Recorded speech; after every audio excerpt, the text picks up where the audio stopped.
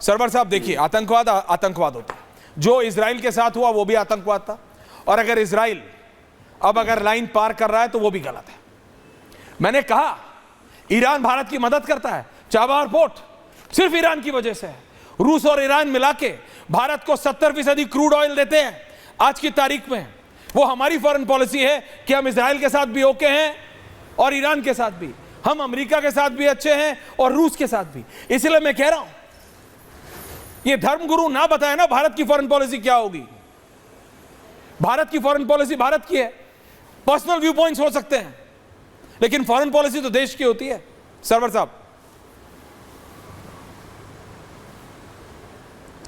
ऐश्वर्या जी, बहुत ही बेहतरीन आपने मुद्दा उठाया है, और ये मांग बहुत दिनों से हम लोग भी कर रहे हैं कि कोई भी धर्म गुरु हो, भारत सरकार जिस तरह से सरकार चला रही है उसके सारे पॉलिसीज़ हैं, इंटरनल एक्सटर्नल, किस देश से हमको कैसा संबंध रखना है, उसके लिए मंत्रिमंडल है और फॉरेन एक्सपर्ट सब बैठे रहते हैं। वो तय करते हैं कि देश हित में बेहतर क्या होगा। ये नो डाउट कश्मीर के मुद्दे पर ईरान ने हमेशा अंतर्राष्ट्रीय मंचों पर भारत का साथ दिया।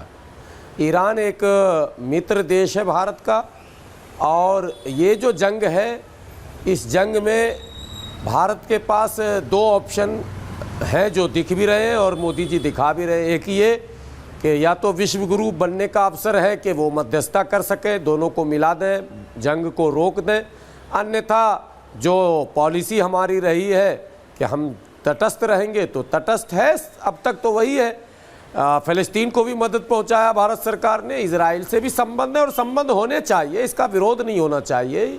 भारत की अपनी आवश्यकताएं हैं, उसकी पूर्ति कहाँ कहाँ से कैसे हो सकती है वो सरकार को तय करना, हमें नहीं करना। लेकिन एक बात यह है कि जो कुछ सरकार तय करती है उसमें केवल मुस्लिम धर्मगुरु का इंटरफेयर नहीं है सर, उसमें दूसरे धर्मगुरु का भी इंटरफेयर है और आप लोगों का भी इंटरफेयर है। जैसे हिजबुल्लाह या हमास को भारत सरकार ने टेररिस्ट नहीं घोषित किया, लेकिन लगातार मीडिया उसको टेररिस्ट कह रहे हैं, आप भी कह रहे हैं, तो ये तो सरकार के पॉलिसी के खिलाफ हो गया ना बात। जब हमारी सरकार ने बोला ही नहीं तो हम क्यों बोले? एक बात तो ये भी है ना। दूसरी बात है कि हमारी सरकार फिलिस्तीन, स्वतंत्र फिलिस्तीन के पक्ष में है, शुरू से भारत के फॉरेन पॉलिसी का पार्ट है। तो यह युद्ध चाहे जैसे भी हो, लेकिन इसके जड़ में फिलिस्तीन की स्वतंत्रता है। 6 डेज वार से लेकर आज तक फिलिस्तीन की ज़मीन जो पार्टीशन के बाद थी वही मुद्दा है, सेम जैसे पीओके पर हमारा दावा है। और पाकिस्तान जिस तरह से हमारे आंतरिक मामलों में टांग अड़ाता है प्रॉक्सी के ज़रिए, तो हम उसका विरोध करते हैं। इसी तरह से इसराइल को भी फिलिस्तीन के मामले में टांग अड़ाने के बजाय फिलिस्तीन को अपने हाल पर छोड़ देना चाहिए।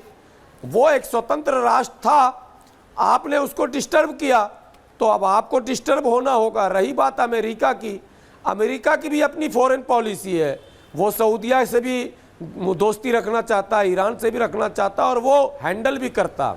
सऊदी अरब की भी अपनी फॉरेन पॉलिसी है, वो विश्व समुदाय को बताता है कि हम जो है बैतुल मुक़द्दस के लिए लड़ेंगे तो फ़िलिस्तीन के लिए लड़ेंगे वो, लेकिन वो इंटरनल इसराइल के साथ है। इसराइल के ख़िलाफ़ कोई काम वो नहीं कर सकता, ना वहाँ की जनता बोल सकती है। ये सारी सरकारें दुनिया में हैं, वो अपने पॉलिसी पर चल रही हैं और चलनी चाहिए। हाँ, आवाम को जब मास स्केल पर, बड़े लेवल पर कोई मसला होता है तब आवाम अपनी राय सरकार को देती है कि नहीं आप ऐसा मत कीजिए, देश हित में ऐसा बेहतर होगा।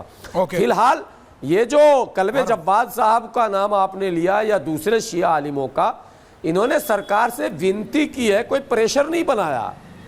और विनती करने का अधिकार तो नागरिक होने के नाते सबको है, हम भी कुछ विनती कर सकते हैं सरकार से कि ऐसा नहीं है ऐसा कीजिए, लेकिन प्रेशर हम नहीं बना रहे हैं। हम सरकार स्वतंत्र है, सरकार जो फैसले लेगी मुझे पता है देश हित में वो फैसला होगा, ठीक है। और सरकार की अपनी फॉरेन पॉलिसी है, कोई उसमें इंटरफेयर नहीं कर सकता, करना भी नहीं चाहिए। धर्म गुरुओं को धर्म का पाठ ही पढ़ाना चाहिए। वही मैं कह रहा हूं, धर्म गुरुओं को धर्म का पाठ पढ़ाना चाहिए। रशीदी जी समझते नहीं। फैज साहब, यस फैज साहब, फैज साहब एंड रिजवी जी, रंगरेज जी, काजमी जी आ रहा हूँ। फैज साहब जी, मैं आपका व्यू पॉइंट जानना चाहता हूँ। फैज साहब, बिस्मिल्लाहिर्रहमानिर्रहीम रब्बिश रहली जी, बिस्मिल्लाहिर्रहमानिर्रहीम रब्बिश रहली सदरी व यस्सिरली अमरी वहलुल उक़दतन मिन लिसानी यफ़क़हू क़ौली। ऐश्वर्य भाई 120 सेकंड मुझे नॉन स्टॉप चाहिए, बस आपसे सनम्र निवेदन है। मैंने अब तक के जितने भी प्रेजेंटेशन सुने, आपने बेस्ट प्रेजेंटेशन दिया है, बेस्ट एंकर। आपने मामले को सनसनीखेज बनाने का प्रयास नहीं किया, जो ग्राउंड रियलिटी है आपने वो कहा। मैं इससे बहुत प्रभावित हूँ, इसलिए क्योंकि मुझे पता है यदि युद्ध की स्थिति बनती है और भारत प्रत्यक्ष अप्रत्यक्ष रूप से इन्वॉल्व होता है तो हमारे देश की क्या स्थिति होगी, इकोनॉमी की क्या स्थिति होगी, यहाँ तक पानी की क्या स्थिति हो जाएगी, पानी पीने के लिए नहीं मिलेगा। हमें ये सब पता है। अल्लाह ना करे कभी इस विश्व में विश्व युद्ध हो। आपने बार बार समझाने का प्रयास किया, ये बहुत अप्रिशिएबल है, बहुत तारीफ के काबिल है। और दो चीज़ें यहाँ पर लोगों को समझनी चाहिए कि इजराइल, फिलिस्तीन, भारत, पाकिस्तान, ईरान ये संप्रभु देश हैं।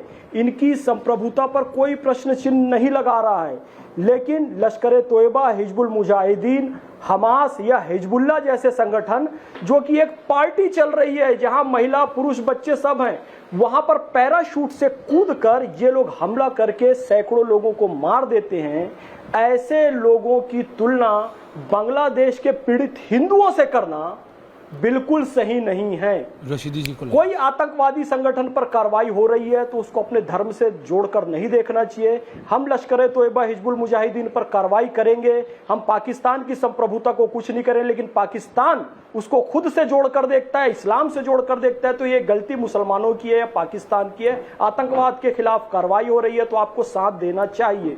मेरा ये निवेदन है भारत के मुसलमानों से, आपको अंदाजा नहीं है कि अल्लाह रब्बुल इज्जत खालिक कायनात ने कितने अच्छे देश में आपको पैदा किया है।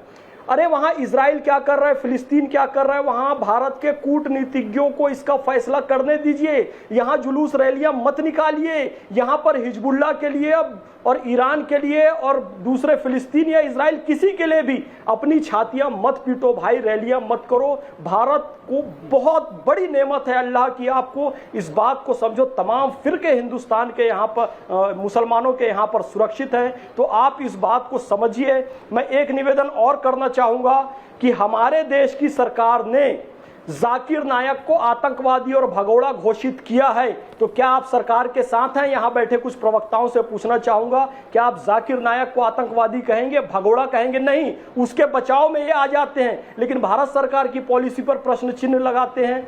मैं कहना चाहूंगा फिर से ऐश्वर्य भाई, मैं सहमत हूं कि धर्म गुरु धर्म चलाएंगे, मंदिर मस्जिद गुरुद्वारा चर्च पैकोडा चलाएंगे, राजनीतिज्ञ और कूटनीतिज्ञ हमारे डिप्लोमेट जो हैं वो फॉरेन पॉलिसी तय करेंगे।